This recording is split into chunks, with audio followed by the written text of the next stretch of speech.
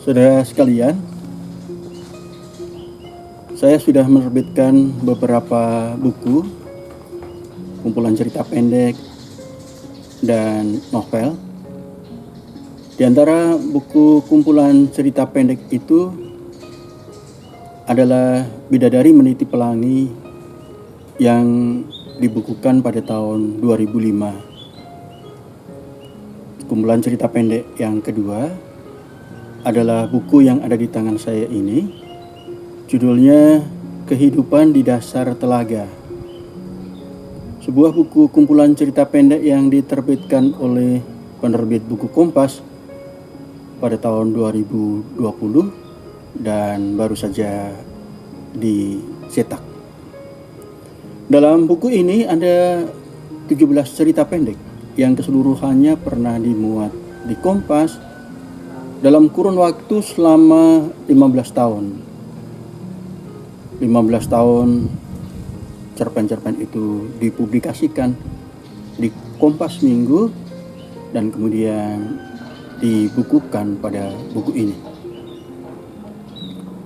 Cerpen-cerpen pada buku ini pada hakikatnya mengisahkan tentang kehidupan sehari-hari manusia. Di dalamnya kadang disingkap mitologi, kadang disingkap konflik sosial, kadang ada persoalan hegemoni kekuasaan dalam lingkup yang lebih kecil.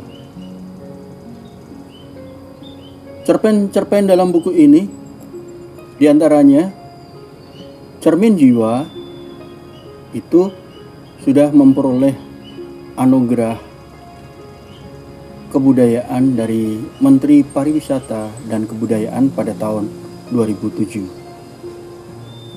Ada juga cerita pendek yang lain, Penyusup Larut Malam, sudah diterjemahkan oleh Dalang Publishing. Nah, cerpen-cerpen yang tertera dalam buku ini kelak sebagian diantaranya akan dikembangkan ke dalam bentuk novel. Akan tetapi sebenarnya sebagai sebuah kisah yang utuh, cerpen-cerpen ini tidak kalah memikatnya. Cerpen-cerpen dalam buku ini adalah cerita pendek yang tentu saja dipilih oleh redaksi Kompas dengan cara yang selektif. 3 di antaranya sudah tercantum dalam kumpulan cerita pendek terbaik Kompas. Misalnya ada cerita pendek Penyusup Larut Malam, ada cerita pendek Sakri Terangkat ke Langit, dan ada juga cerita pendek yang lainnya lagi yang berkisah tentang seorang pencuri dan kemudian ia menjadi korban bagi hegemoni kekuasaan di desanya itu. Nah, cerpen yang sangat saya suka dalam buku kumpulan ini adalah 4 Perempuan dalam Perut Babi. Sebuah cerita pendek yang bagi saya sungguh menyerap empati kemanusiaan kita. Sebuah empati yang menyebabkan manusia kemudian tersadar akan hakikat-hakikat kehidupannya dan hakikat akan takdir yang tak bisa dielakkan dalam fitrah kehidupan manusia itu. 4 Perempuan dalam Perut Babi. Mencapai pelataran rumah Sekar, aku termangu di bawah pohon kersen yang berbuah lebat, ranum-ranum kemerahan. Tetapi mengapa mesti kutemui wajah perempuan pucat itu? Ia tinggal di lingkungan rumah tua yang kebanyakan belum lagi dipugar, dengan eyang putri, ibu, dan adik perempuannya. Rupanya perempuan berumur 30 tahun itu tak menghiraukan datangnya siang dan malam. Dia melukis hingga larut malam, dan setelah itu tidur sepanjang siang. Aku datang sore hari, yang kukira dia dalam keadaan rapi sehabis mandi. Tapi perempuan itu sungguh mengejutkan. Baru saja bangun tidur, belum makan, belum minum, terlihat letih, acak-acakan, tubuhnya rapuh.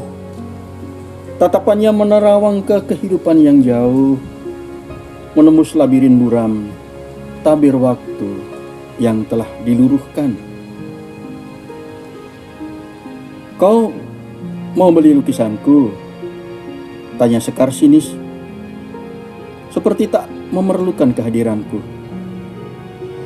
"Tampaknya kau begitu yakin aku akan melepaskan lukisan itu." "Aku berharap kau mau melepas lukisan itu, Sekar," kataku. "Tak akan kulepas, kecuali aku mati." Memandangi Sekar yang lunglai, aku meredakan hasratku untuk menaklukkannya. Kutawarkan padanya untuk makan di sebuah restoran. Dia menolak. Kutawarkan padanya untuk jalan-jalan. Dia menggeleng. Diambilnya sebatang rokokku dan berseru ke warung sebelah untuk mengantarkan 2 botol minuman. "Lukisan itu terlalu pribadi, tak akan kujual. Berkisah tentang keluargaku sendiri," kata Sekar. "Seumur hidupku, aku hanya mengenal Eyang Putri, ibu, diriku, dan seorang adik perempuan, tanpa lelaki di rumahku. Lalu, kenapa keempat perempuan itu berada dalam perut babi?" "Kamu sudah tahu siapa babi itu?" "Siapakah yang dimaksud babi dalam lukisan itu?" "Ayahnya?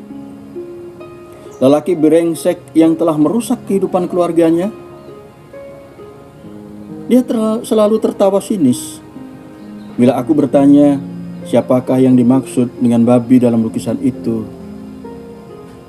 Tapi sebenarnya aku tak perlu bertanya siapakah yang dimaksud babi dalam lukisan itu. Lukisan itulah yang memancarkan sapuan kuasnya. Sapuan kuas yang tak bimbang, yang tak pernah setengah hati. Garis-garis lukisannya cepat dan mendalam. Sekar meninggalkanku. Dia muncul dengan tubuh yang segar, berdandan rapi, dan berucap ringan, "Aku mau pergi." Aku merasa terusir. Ada juga rupanya seorang perempuan yang begitu saja menelantarkan tamu yang sedang asik duduk di teras rumahnya, sambil memandangi daun-daun kersen yang luruh di pelataran. Kuajak dia pergi bersama dengan mobilku. Dia menolak. Membayar 2 minuman ke warung sebelah. Melangkah menyusur gang. Kuserukan lagi agar dia turut dengan mobilku, tapi lagi-lagi dia menolak. Dengan begitu saja Sekar meninggalkanku di bawah pohon kersen. Seorang diri, ia menyusuri lorong gang sempit menuju jalan raya. Aku masih belum ingin beranjak dari pohon kersen. Teringat masa kecil di rumah Eyang Kakung, bergelayutan memetik buah-buah kersen ranum, mengulumnya di mulut. Eyang Kakung dulu selalu mengumpatku dengan kasar bila mendapatiku meninggalkan pekerjaan dan memanjat pohon kersen, dan katanya, "Dasar babi tengik,